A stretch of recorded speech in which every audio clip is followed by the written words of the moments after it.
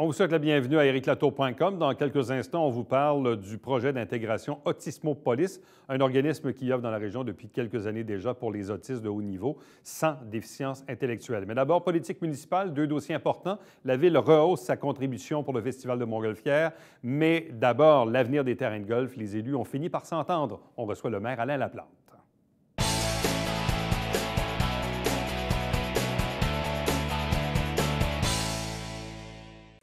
Une assemblée de conseil beaucoup plus calme lundi dernier. L'harmonie est revenue. Je ne sais pas si on avait fumé le calumet de paix dans les secondes ou les minutes qui ont précédé l'assemblée. Mais il y a eu deux résolutions importantes. Une qui porte sur les Montgolfières, on va y revenir, mais d'abord l'avenir des golfs. Avec nous pour en discuter, le maire de Saint-Jean-sur-Richelieu, Alain Laplante. Bonsoir et bienvenue. Bonsoir, M. Latour. Avez-vous offert le calumet de paix à tout ce beau monde-là avant d'entrer sur scène lundi? Malheureusement, on n'a pas le droit de fumer à l'Hôtel de Ville. C'est vrai. Mais oui, le conseil municipal, les élus se sont parlé durant la semaine qui a précédé la dernière séance du conseil pour en venir à une résolution qui convenait à l'ensemble des élus.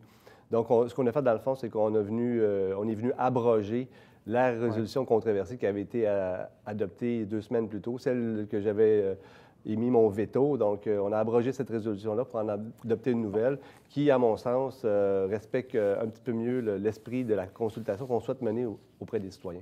Et évidemment, le premier réflexe que j'ai fait lundi soir, c'est de la regarder, de la lire attentivement et de me dire qu'est-ce qui a changé tant que ça entre la résolution qu'Yvan Berthelot avait proposée il y a presque un mois et la résolution qui a été présentée lundi, là, cette fois par Marco Savard. Je comprends qu'on l'a négociée. Il y a des phrases, des virgules, des éléments qui ont changé, mais en quoi la résolution est-elle si différente de celle que Berthelot avait présentée il y a un mois? Le problème dans l'ancienne résolution, c'est qu'on faisait référence à différents aspects qui, on faisait référence à des aspects qui venaient bafouer les droits démocratiques des citoyens. Bon, la loi 122. La loi 122, mettre en place des outils urbanistiques tels PPU. Donc, dans le fond, ce qu'on souhaite, c'est au lieu d'aller par approbation référendaire des citoyens limitrophes des terrains de golf, on va changer notre plan d'urbanisme pour pouvoir mettre dans la gorge les changements de zonage aux citoyens. Donc, évidemment, c'est une attaque de front à la démocratie et jamais j'aurais appuyé cette démarche-là. Donc, moi, j'accepte comme vous savez, je suis en désaccord de dézoner nos terrains de golf. Mais je suis d'accord à ce qu'on présente nos projets à nos citoyens, pour consultation, dans la mesure où on va respecter les droits démocratiques des citoyens. Par contre, un des arguments que vous aviez soulevé, c'était de dire, bien, nous, le Conseil de Ville, on vient de se voter un comité de relations avec les citoyens. On n'a pas besoin de mettre en place, en plus, une consultation uniquement sur les golfs. Est-ce que ça, c'est la partie de l'affaire où vous avez mis de l'eau dans votre vin à vous? Est-ce que c'est votre partie à vous où vous avez laissé tomber certains trucs, mais vous vous êtes dit, bon, finalement, je suis à l'aise avec ça? Non, dans le fond, ce qu'on proposait, c'est qu'on est en train actuellement d'élaborer notre politique de consultation. Donc, c'est un chantier qu'on a pour les prochains mois. Dans le fond, ce que je proposais, puis c'est un peu ce qu'on a adopté hier, dans un premier temps, aller rapidement sur la consultation pour le terrain de golf de Saint-Jean, le club de golf de Saint-Jean. Donc, notre politique de consultation n'est pas encore adoptée, mais ce projet-là est mûr et prêt à être présenté aux citoyens. Donc, même si notre politique de consultation n'est pas adoptée, appliquons déjà les principes qu'on souhaite mettre de l'avant, vivons une première expérience, ajustons, ça va peut-être nous permettre justement de peaufiner notre politique de consultation citoyenne. Et lorsque tout ce processus sera abouti, bien, on pourra entreprendre une consultation qui est peut-être plus importante, qui amène plus de grogne aussi, les golfs à Saint-Luc. Bon. Moi, dans le fond, ce qui m'a sauté aux yeux dans la résolution, bien oui, effectivement, on a retiré le considérant qui portait sur la loi 122.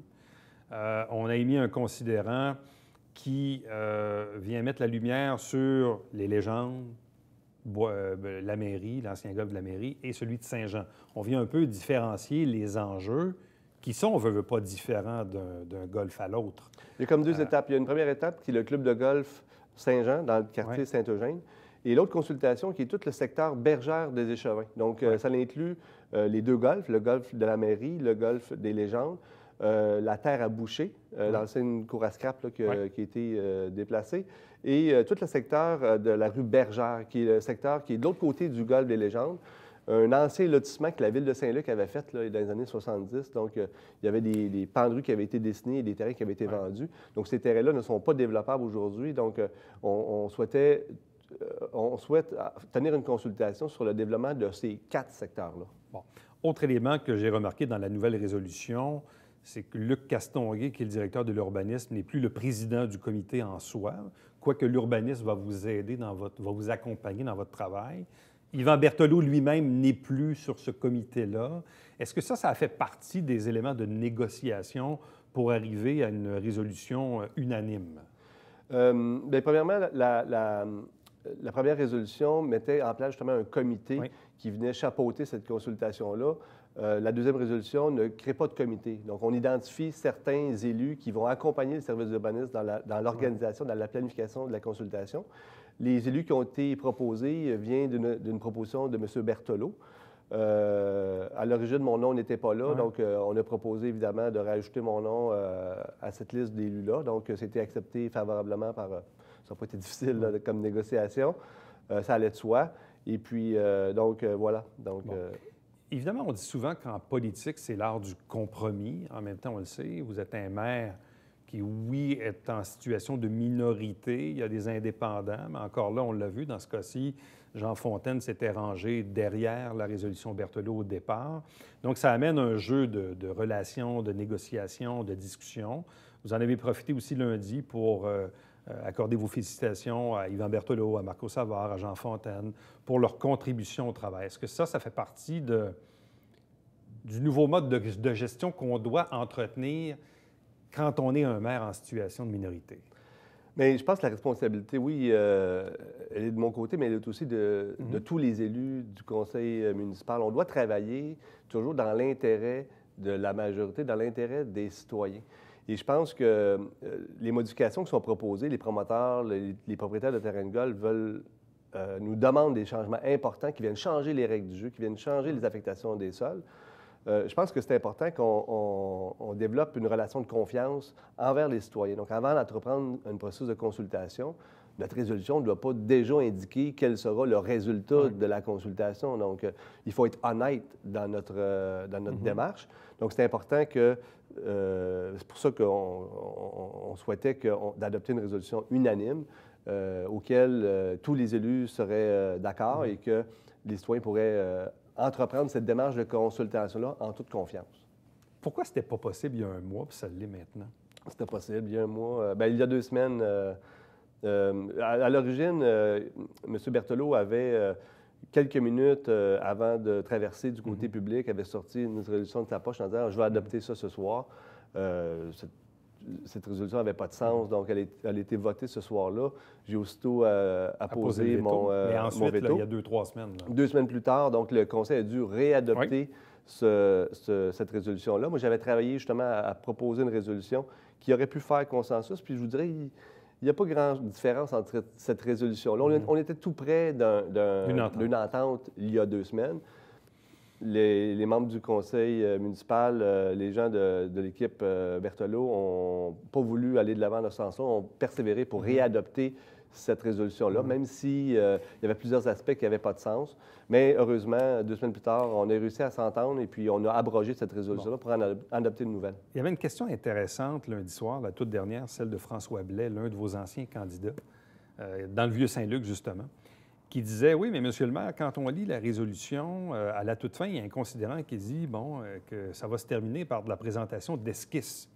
L'argumentaire de François Blais, c'est de dire, bien là, si parfois le travail de la prochaine année tend à démontrer que finalement les gens ne veulent pas de développement et qu'on veut préserver des espaces verts, alors à quoi bon présenter des esquisses? Est-ce qu'on se dit à l'avance qu'on sait que peu importe ce qui va se passer, les promoteurs vont quand même présenter des esquisses? Alors pourquoi avoir mis ce considérant-là dans la résolution? Les promoteurs souhaitent développer leur terrain. C'est sûr. Donc, l'idée, c'est l'approche qu'on suggère, c'est que avant de dessiner des esquisses, ce qu'on peut, dans un premier temps, écouter ce que les citoyens ont à dire et espérer que les promoteurs puissent entendre ce que les préoccupations des citoyens, en tenir compte, et présenter un projet qui pourrait être, on pourrait l'imaginer, socialement acceptable. Donc, avant de décider quoi que ce soit, allons écouter les citoyens, tenons réellement compte de leurs préoccupations, proposons, demandons à des professionnels de décider des esquisses et on pourra par la suite statuer ou représenter ces esquisses-là à la population pour finalement, si le conseil municipal soit toujours allé de l'avant, parce que ça va prendre une majorité de conseillers pour entreprendre cette démarche-là de changement de zonage, bien, on l'entreprendra. Mais il faut comprendre aussi que, comme je vous disais tantôt, le secteur Bergère des Échevins, c'est 4 secteurs. Il y a les 2 golfs, mais il y a aussi la terre à boucher, puis il y a aussi le secteur Bergère, qui est de l'autre côté du terrain de golf.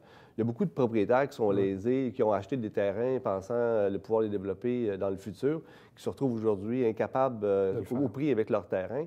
Donc, il y a peut-être possibilité de développer ces terrains-là sans toucher au golfe des légendes.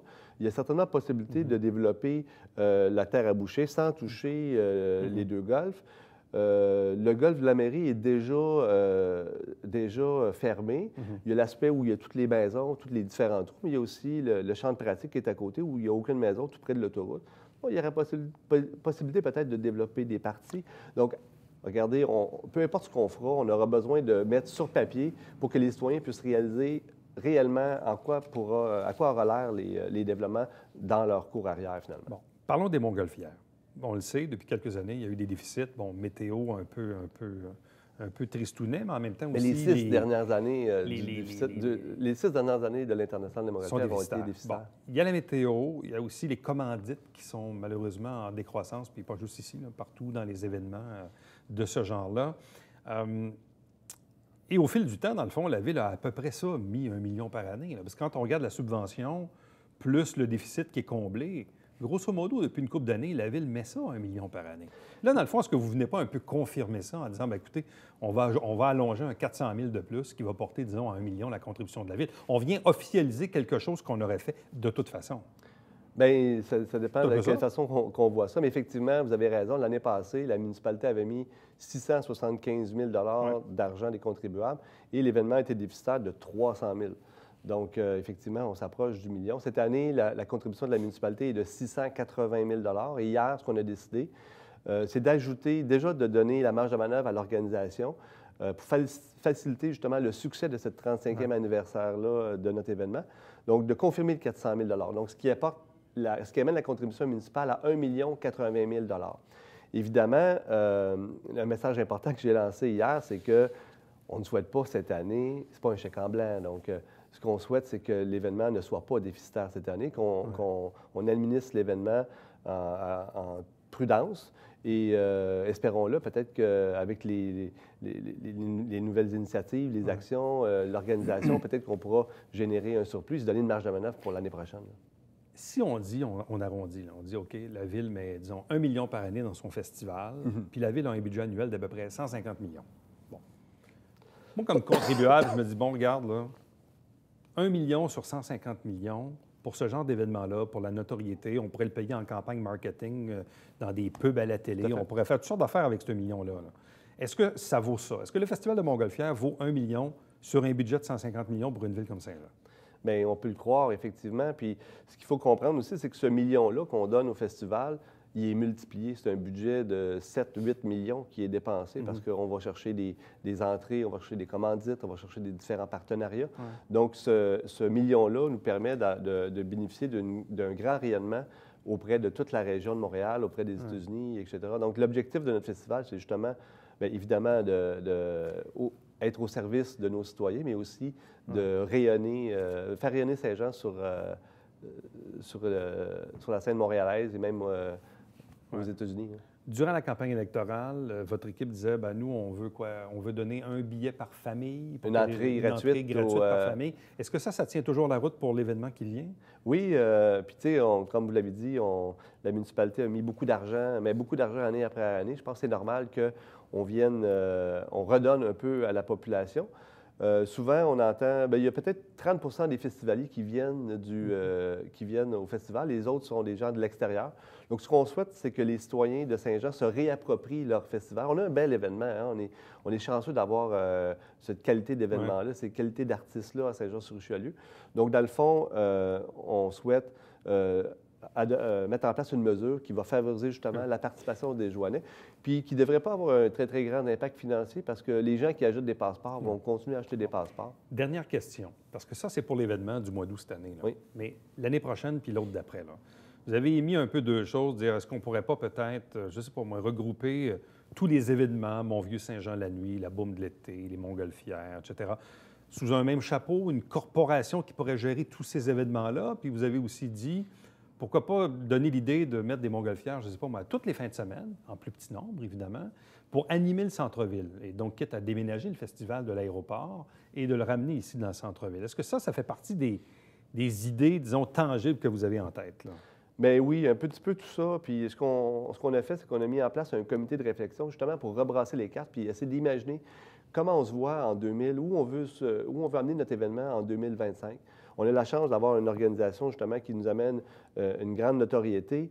On met 1 million pour le Festival des Montgolfières. Si on ajoute l'argent qu'on met pour l'animation du Vieux-Saint-Jean, les spectacles, les baumes de l'été, les fêtes patrimoniales de l'Acadie, on parle de peut-être 1,5 million de dollars pour tout ça. Donc, la question que je lance, c'est est-ce qu'on peut prendre ce 1,5 million-là et essayer d'avoir un plus grand rayonnement et de générer plus de retombées dans nos commerçants locaux? Souvent, on entend, moi j'étais à rue principale pendant 7 ans, souvent on attendait que les chiffres d'affaires des commerçants diminuaient la semaine du festival. Les restaurateurs, les commerçants prenaient leurs vacances le temps du festival parce que l'achalandage diminuait. Donc, on peut-tu, avec l'animation, avec les activités qu'on tient, travailler à justement... Un projet. Puis ce qu'on souhaite, c'est que de décloisonner le festival. Parce que moi, ce que je souhaite, c'est que le festival ne soit pas le festival de l'aéroport, mais que le festival soit le festival de toute la ville. Et qu'on retrouve des éléments du festival, autant à Iberville, à l'Acadie, à Saint-Athanas. Et comme vous dites, effectivement, les abolés le matin sont un petit peu éclatés. Ça pourrait être aussi le soir. Donc, mais il n'y a rien de décidé. Tout est sur la table. Hein. Alain Laplante, merci beaucoup. Merci à vous. Restez avec nous au retour. On vous parle de Autismopolis.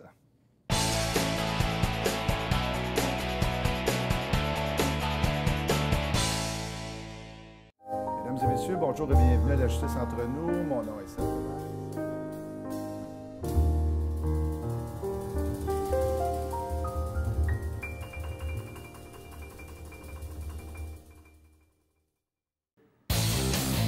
Salut, ici Alexandre Baudouin. Et François Trépanier. François, cette semaine à Sport Express, et en tant qu'étalon, je suis content de te dire qu'on parle de sport équestre. Oui, on monte à cheval avec Fanny McNeil et Caroline Boucher. Fort intéressant. Oui. Manquez pas.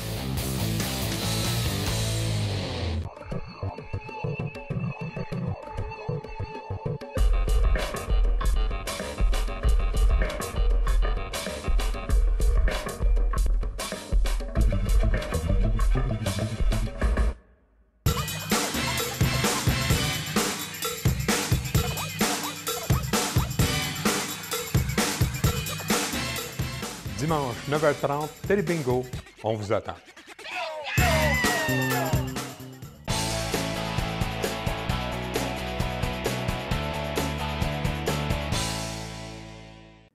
Cet organisme existe sur le territoire depuis quelques années déjà. Il est dédié aux personnes vivant avec un trouble spectre de l'autisme. On parle aussi d'autisme de haut niveau ou d'autisme sans déficience intellectuelle. Ça s'appelle Autismopolis. Deux invités pour en parler. D'abord, la directrice Claudine Gamache. Bonsoir à vous. Bonsoir. Accompagnée de Normand Mascotte. Bonsoir et bienvenue. Bonsoir. C'est un organisme, évidemment, qui a son importance parce que très souvent, oui, on parle trouble spectre de l'autisme, le nouveau terme un peu plus à la mode, TSA. Oui.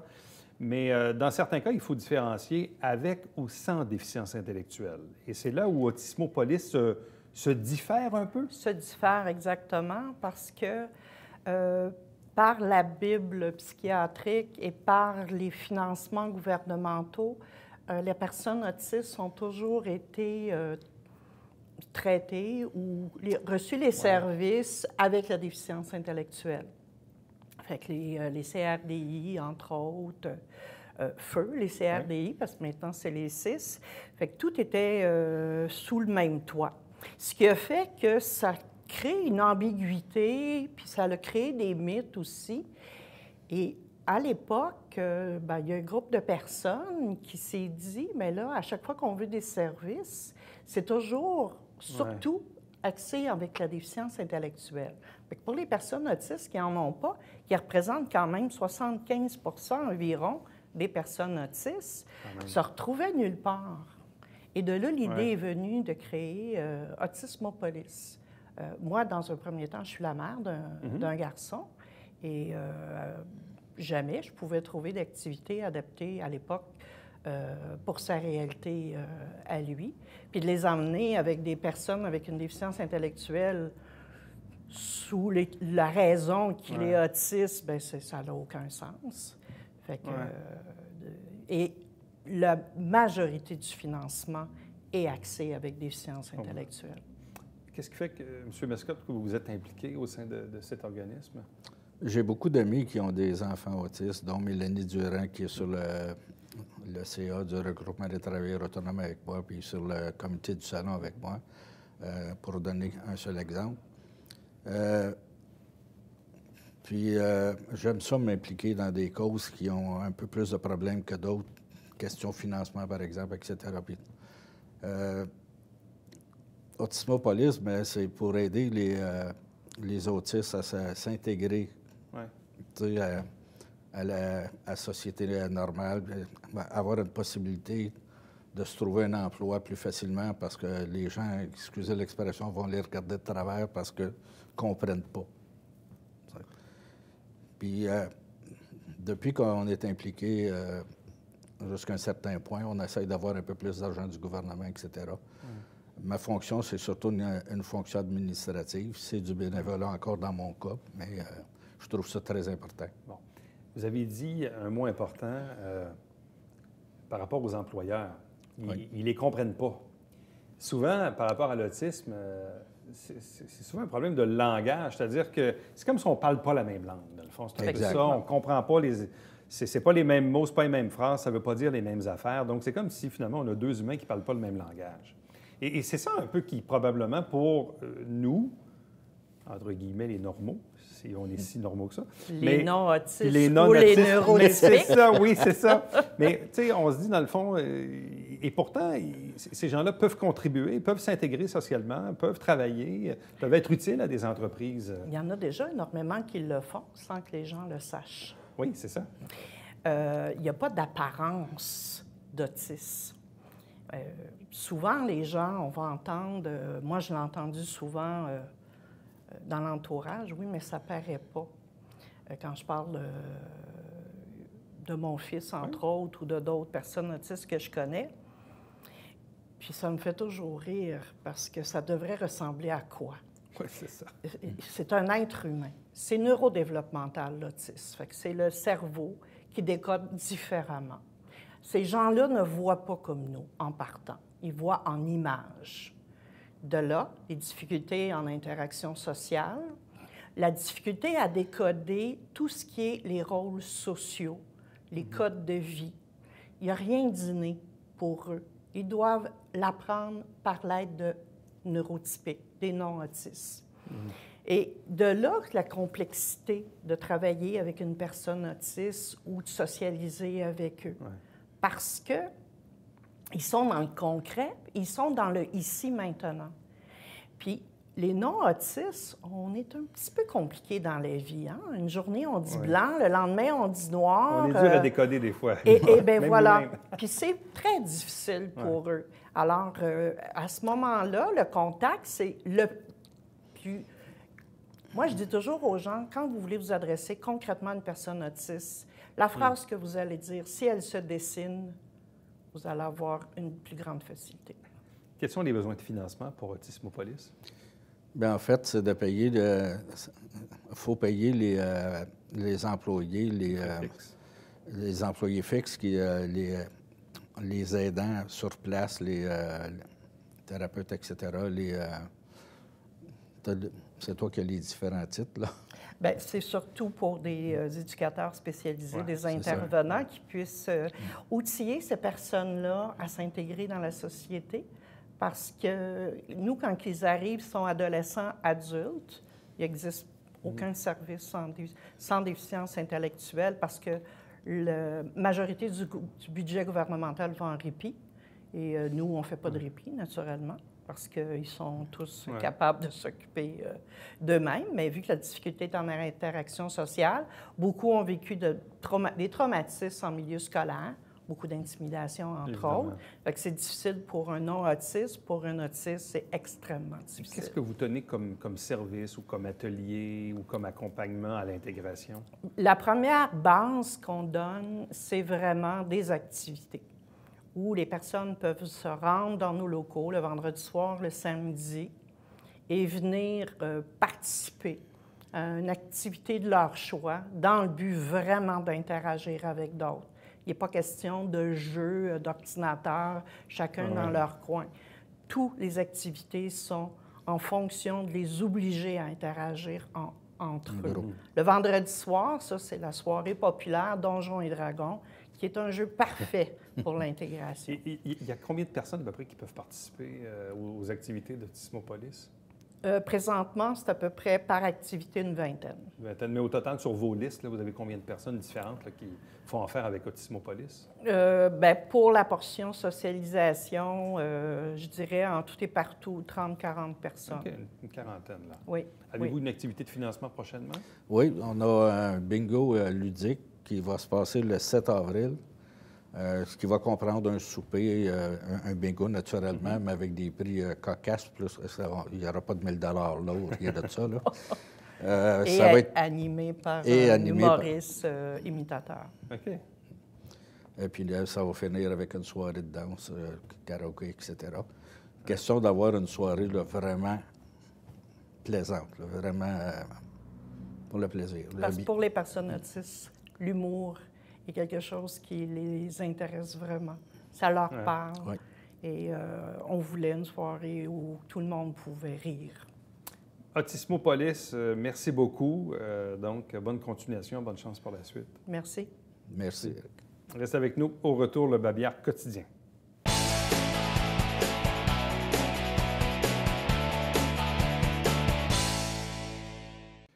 Vieillir en santé, bouger sans douleur, c'est la thématique de la prochaine conférence qui sera offerte par l'AQDR, l'Association québécoise de défense des droits des retraités et pré-retraités du Québec, section au Richelieu. Pour information, vous avez une adresse courriel pour vous inscrire. À demain. Bye bye.